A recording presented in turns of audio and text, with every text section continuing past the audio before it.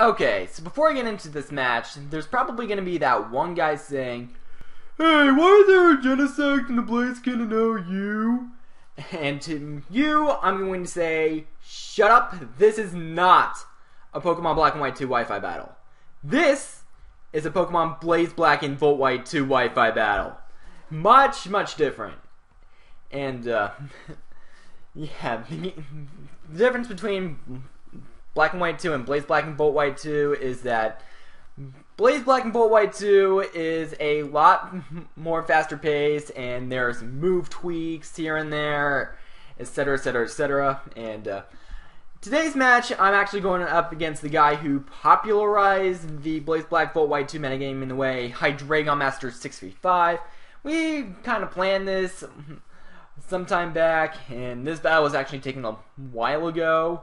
So, yeah, so I'm probably going to be a little rusty in remembering some stuff here and there, but I'll see what I can do. But, anyways, looking at the teams, he is running a Superior, which I found really, really dangerous, and for those of you who don't know, Superior actually gets contrary from this ROM hack and whatnot, so, yeah, it gets that 140 base power nasty plot there, basically, and yeah, so that's threat number one. Threat number two is actually going to be the Keldeo, because I'm running a rain team, because of Politoed and whatnot. So pretty much my game plan is to keep Jirachi and Starmie alive to counter those two, and I should be fine. So hope you guys enjoyed this battle, and let's get this show on the road. So I'm going to be leading off with Genesect. He leads off with Blaziken, and right on turn one, I'm just going to U-turn out and get some switch initiative, and go into my Politoed to set up the rain, and pretty much rendering this Blaziken useless. And here he actually misses his high jump kick on turn one. That was unfortunate, but I don't think it really mattered that much in the long run, because Blaziken in the rain is kind of useless. So here he's just going to be going for the Protect, and I'm opting to go for the Toxic, predicting something to come in. I don't know what, but I'm just going to Toxic there and try to get some residual damage on something, and then next turn I'm gonna get off the Protect, and he's just gonna hit himself with Recoil once more. So then he's just gonna follow up with another high jump kick, and here I tried predicting him to switch out into something, but Blaziken was probably the most useless thing that he had on his team thanks to the rain, so that ends up getting Toxic, and pretty much the Protect is gonna be coming from several miles away, so I'm just going to be going for it, and he just hits himself with that jump kick again, or crashes with that jump kick, rather, and I'm up at a pretty solid 230 health, and here he sends in the Superior, and I do not want to take anything from it, so I'm just going to be going into my Genesect here as he sets up a Substitute, and pretty much basically a sub-nasty plot set here that we're pretty much dealing with. So I'm just going to be going for Bug Buzz, and he just wants to substitute up, and yeah, I believe here he predicted me to go for the U-turn and just set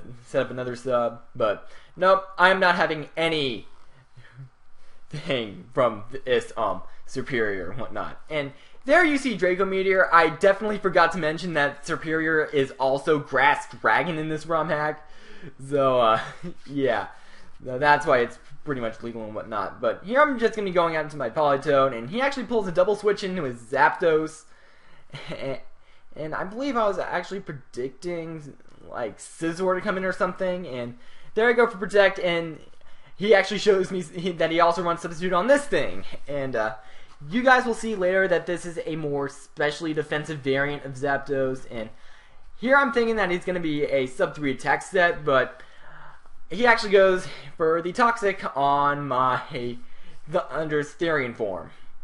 So yeah, here I go for the HP Ice, knowing that this thing actually gets Lightning Rod. Yes, people, Zapdos with Lightning Rod is actually legal in this ROM hack. So yeah, but there he's just gonna be setting up subs to the point where I basically practically toxic stalled out, but pretty much looking at my team and his team, Thunderous is kind of useless on my end and whatnot.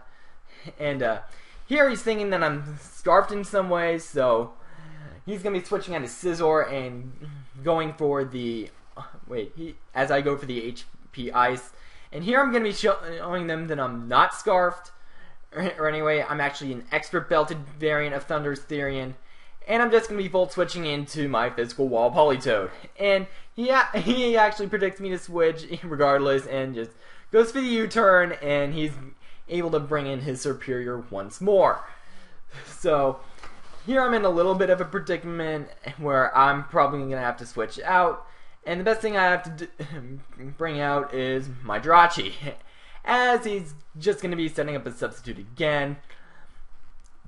And I probably should have Genesect again, but yeah, here's why I didn't. I pretty much knew that I could sponge any hit from this Superior, whether it be a Draco Meteor or a Leaf Storm, and yeah. And he's just setting up another substitute here, as I'm just going to try to go for the Body Slam, but unfortunately for me, it's not going to break the sub. So that's pretty good information to keep around for a little while. And look at this +2 Draco Meteor from Superior. It still does about 30% or so, and yeah, that's pretty much showing off the power of Superior here. And then he goes for what no, that's next turn. He sets up another sub, thinking I'd go for Body Slam again, try to paralyze this thing, and nope. I know that that Body Slam's not gonna break that substitute. I'm gonna Body Slam, and here's where I thought, hey, this is in Power Ice, I can take that. Nope, that's HP Ground, and that pretty much assumes that, or pretty much confirms that my Jirachi is pretty much dead at this point. So fortunately, I do get the Body Slam paralysis there, and knowing that my Jirachi's practically dead, I'm just going to set up Stealth Rocks and just fodder off my Jirachi there. But although the Superior is at +6, I believe, it's at low enough health where I can just send in anything and just pick it off. And the Pokemon of choice here is going to be my Genesect, which I use to take down the Superior with Nice Beam. So that's threat number 1 out of the way. But here's the bigger threat of the two. Keldeo, in the rain. And I'm going to have to sack something to safely bring in Starmie here. And the thing about Starmie in this ROM hack is that it gets Regenerator. And that's going to be coming into a wee bit of play later. And here I pretty much knew that he wasn't going to be staying in. So I'm just going to go for the Scald, try to get a burn on this thing. Nope, doesn't happen. So that's going to pretty much result in me going into Ice Age the Mamoswine here, as Zapdos is actually going to be going for the Roost, and he actually has nothing bar Toxic to hit me with, because I saw 3 of his moves, and his 4th is obviously going to be Thunderbolt, so he's going to be switching into Skarmory, and I do a lot with this Icicle Crash. I mean, that's a Skarmory, but then again, I'm a banded Mamoswine, and I actually thought that I would KO from the range of health Skarmory was at, but nope. I'm kind of underestimating Skarmory's bulk here, and it gets a Roost, so that's pretty much going to force me to switch into my Starmie here, as I thought that he would set up either Stealth Rocks or Spikes, but it's just going to be going for the Roost here just to get back up to it's sturdy. But here I'm going to be going for the Scald, and then he actually roars me out and doesn't set up anything, but I actually get roared out into pretty much the best thing possible, Genesect.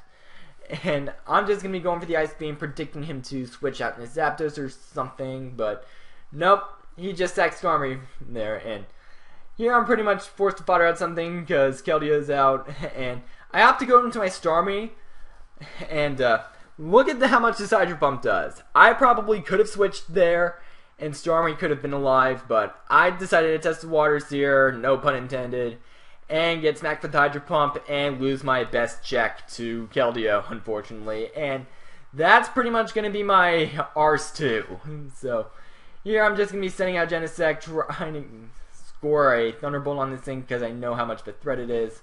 Or no, wait, I actually predict the Zapdos to come in, my bad.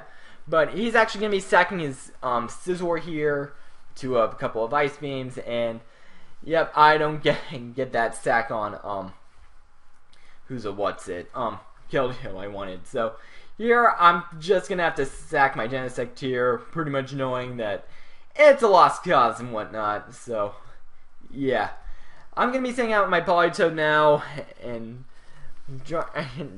I go for the Protect for pretty much no good reason there. I was probably scouting if he was Scarfed or not, but there I pretty much figured that he'd go for the Substitute, so I just went for the Scald straight out. And here I believe that he makes another pretty good prediction here and goes for the Toxic on my Mamoswine, and yeah, so pretty much how I'm in a position to I kind of want to go for the Earthquake here just to try to snipe that Keldeo, but nope. And now I'm pretty much locked in an Earthquake. I don't want to switch out into anything. So yeah, this is pretty much good game at this point. So some turns of Toxic Stalling later, Mamoswine goes down, and I'm down to my last Pokemon, which is my Politoed, which will be going down to the Thunderbolt. And that will be the 2-0 victory in his favor. So it was a pretty fun game, and I did do pretty well in my opinion for my first time playing Blaze Black, Volt White 2 and whatnot. The score could have been a little more closer had I gone for the Icicle Crash on the Zapdos, but well, yeah, things happen. But yeah, definitely a good game. HydreigonMaster635. I hope to do more Blaze Black, Volt White 2 in the future. So rate, comment, sub, and I will see you guys next time. Goodbye.